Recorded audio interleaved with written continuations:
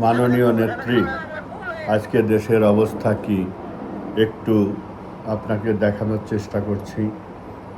বাংলাদেশের মানুষ আপনি বিহানে যে ভালো নেই তার কয়েকটি উদাহরণ।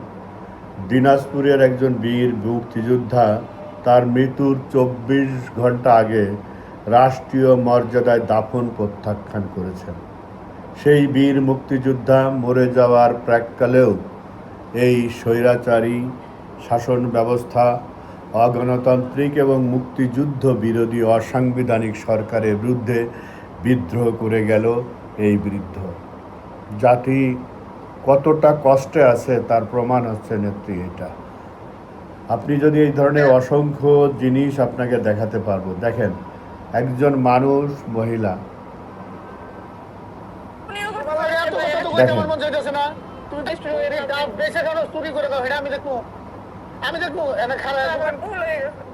চাঁদাবাজি কোন লেভেলে পৌঁছালে একজন মহিলা তার সংসার পরিচালনা করার জন্যে সে এসেছে, সেখানেও দেখেন এই অবস্থা।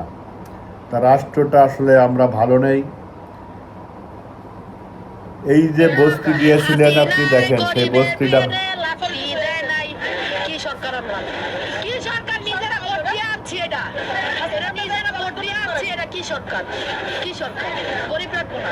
গরিব সব এই বেকু দিয়ে নিয়ে যাবো কাম করবার চলে দিয়ে মানুষ জঙ্গল নিয়ে যাবো মানুষ ঘর বাড়ি নিয়ে যাবো কাম করে বেকু দিয়ে ডরা দিয়ে নিয়ে যাবো কাম তো যদি পার করে খাও না কিছু নাই থাকার জায়গা নাই আমরা বাচ্চা থেকে কি করবো আমরা বেকু দিয়ে নিয়ে যেতে কোন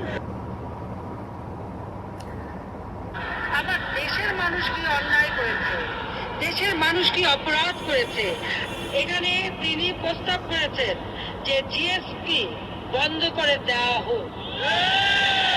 তিনি বলেছেন আমার দেশের মানুষ কি অন্যায় করেছে। এই হচ্ছে খালেদা জিয়ার সরকার ছিল যে আমাদের বিরুদ্ধে, রাষ্ট্রের বিরুদ্ধে বিদেশের কাছে জিএসপি সুবিধা বাতিলের জন্য তারা লিখেছিল। এ হলো বাস্তবতা। প্রিয় নেত্রী, আপনাকে আর একটা দুঃখজনক ঘটনা দেখাচ্ছি। এই হচ্ছে সেই পল্লবীর 7 বছরের শিশু যাকে হত্যা করে ধর্ষণ করা হয়েছে। এই কারণে বাংলাদেশ এবং বাঙালি উভয়ে আপনার প্রত্যাবর্তনের অপেক্ষায় আছে। কিছু প্রমাণ দিলাম নেত্রী, আর কিছু না। এটা দেওয়ার উদ্দেশ্য আপনি যত দ্রুত বাংলাদেশের নেতৃত্ব গ্রহণ করবেন তত দ্রুতই বাংলাদেশের মানুষের মুক্তি হবে। বাংলাদেশের মানুষ সেই মুক্তির অপেক্ষায় বসে আছে। নেত্রী, আর একটা ভয়াবহ চিত্র আপনাকে দেখানোর চেষ্টা করছি। একজন বিএনপির নেতা আর একজন বিএনপির নেত্রীকে বলছে উপর থেকে নেতা আসবে ছোট মেয়ে সাপ্লাই দিতে, যেখানে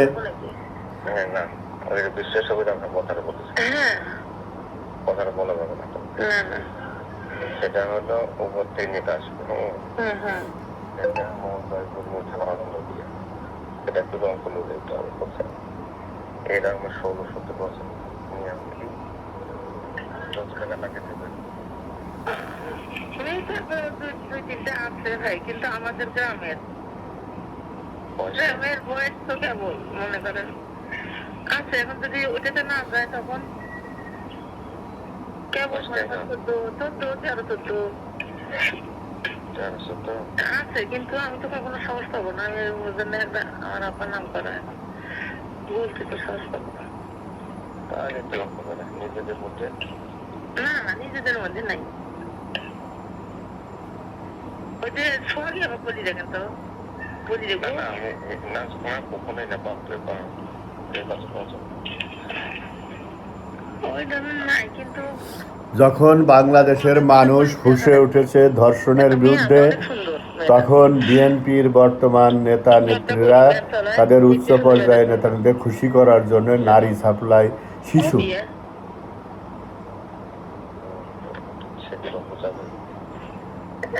এখন বলি দেখা লাগবে।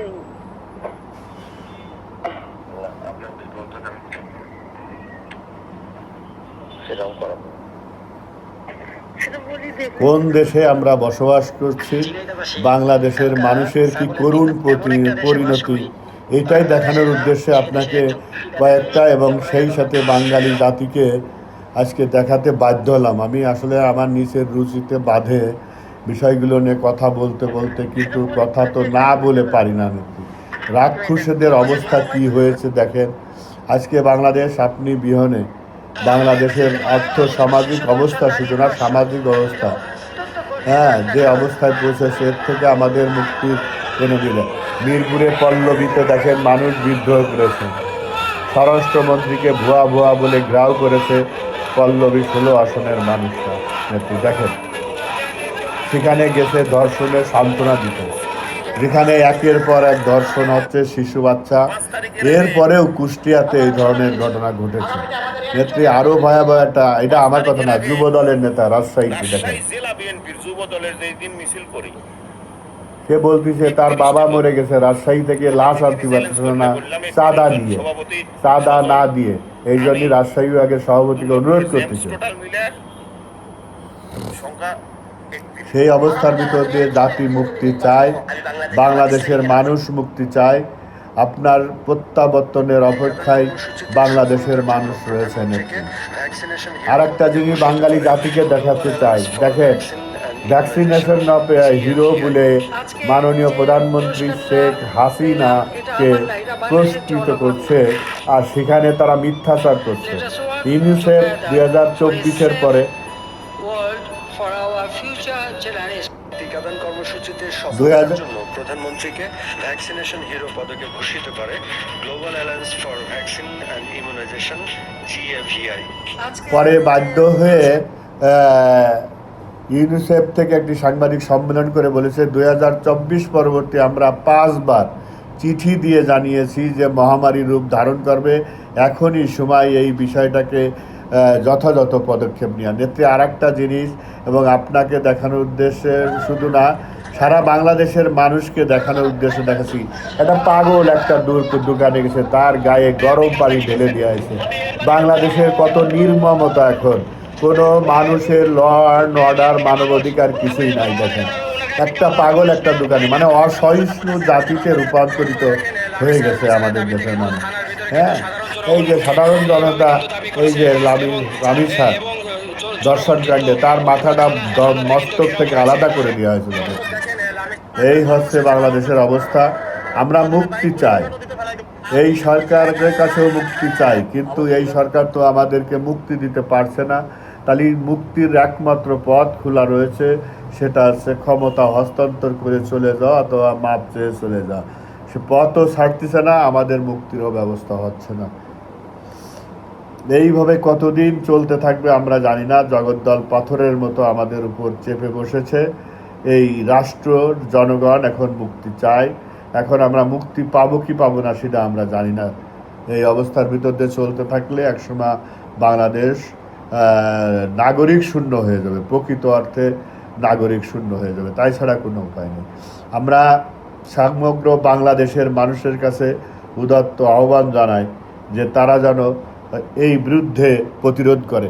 প্রিয় দেশবাসী, আপনাদের কয়েকটা নামের কথা বলতেছি। সাম্প্রতিক 7 দিনে রামিসা দেখেন ছবিগুলো, তাদের কত কোমলমতি শিশু, তাদেরকে ধর্ষণ করে করে পরবর্তীতে হত্যা করা হয়েছে। তাদের নামগুলো আমি একটু পড়ে শোনাচ্ছি: রামিসা, রজনী, আসিয়া, সাইমা, লামিয়া, ইরামণি, আয়শা, ফারিয়া, আয়রা, নুরসাদ, আহাতি, দোসা। এ বিষয়ে গত 4 মাসে এপ্রিল 30 তারিখ পর্যন্ত, জানুয়ারি থেকে 132টা শিশুকে এইভাবে ধর্ষণ করে হত্যা করা হয়েছে।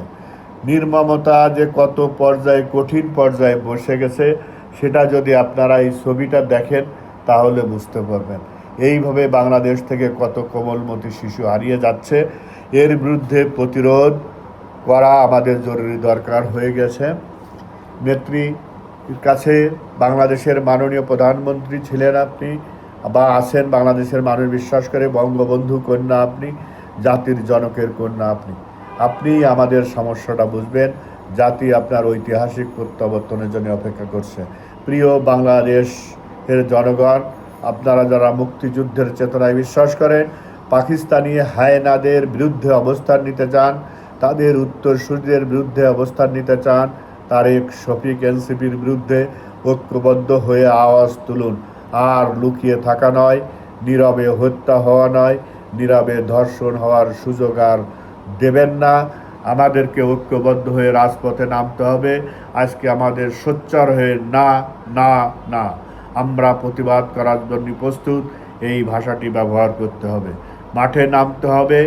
যারা আজকে আমাদের দেশটাকে ব্যর্থ রাষ্ট্রে রূপান্তরিত করেছে, আমেরিকার হাতে আমাদের রাষ্ট্রটাকে তুলে দিয়েছে, তাদের বিরুদ্ধে আজকে রুখে যদি আমরা না দাঁড়াই, তাহলে আমেরিকা সহ হায়েনারা আমাদের এই জাতিরাষ্ট্রের অস্তিত্ব বিলুপ্ত ঘোষণা করে দেবে যে কোনো সময়। ভালো থাকবেন। যুদ্ধ, সেই মানবিক যুদ্ধের জন্য প্রস্তুত হয়ে যান, মানবতাকে রক্ষা করার জন্য।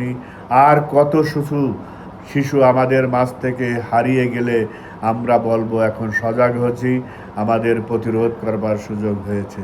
আমরা কি আমার ঘরের দরজায় যখন কড়া নাড়বে এই সমস্ত দানবেরা, তখন কি আমরা ঐক্যবদ্ধ হয়ে মাঠে নামবো? তখন তো আমি কাউকে পাবো না। ধ্বংস হয়ে যাবে রাষ্ট্র, ধ্বংস হয়ে যাবে জাতি। আজকে রাস্তা ঘাট, নদী নালা, এমন কোনো চলাচল জায়গা নাই যেটা মানুষের জন্য নিরাপদ স্থল। দিনের থেকে শুরু করে রাতে শিশু থেকে বৃদ্ধ পর্যন্ত আমাদের দেশে আজকে নিরাপদ নয়। আজকে একটি ভাইরাল, আজকে একটি অতিমারী রূপ ধারণ করেছে বিষয়টা। হামের বিষয়টা আর বলতে চাই না। তবে সরকারের পলিসি সম্ভবত 1000 ধর্ষিত শিশুর মস্তক দিয়ে তারা হয়তো কোনো দানবের পূজা করবে। প্রিয় বাংলাদেশ, হামের মাধ্যমে 1000 শিশুর রক্তের অপেক্ষায় রয়েছে, লাশের অপেক্ষায় রয়েছে সরকার। আমরা কি এই অবস্থা হতে দিব না এর বিরুদ্ধে কথা বলবো? আজও সরকার হয়তো ধর্ষিত 1000 শিশুর মস্তকের অপেক্ষায় রয়েছে, এটা দিয়ে হয়তো কোনো দানবের পূজা করে তার পায়ে সমর্পিত হবে বাংলাদেশ। এখন এটা করতে দেব না, এর বিরুদ্ধে আমরা প্রতিবাদ করব, সেটাই সময়ের দাবি। আসুন ঐক্যবদ্ধ হয়ে আমরা এই মরণ কূপ থেকে নিজেদের আগামী প্রজন্মকে, বাংলাদেশকে রক্ষা করি। ভালো থাকবেন সবাই।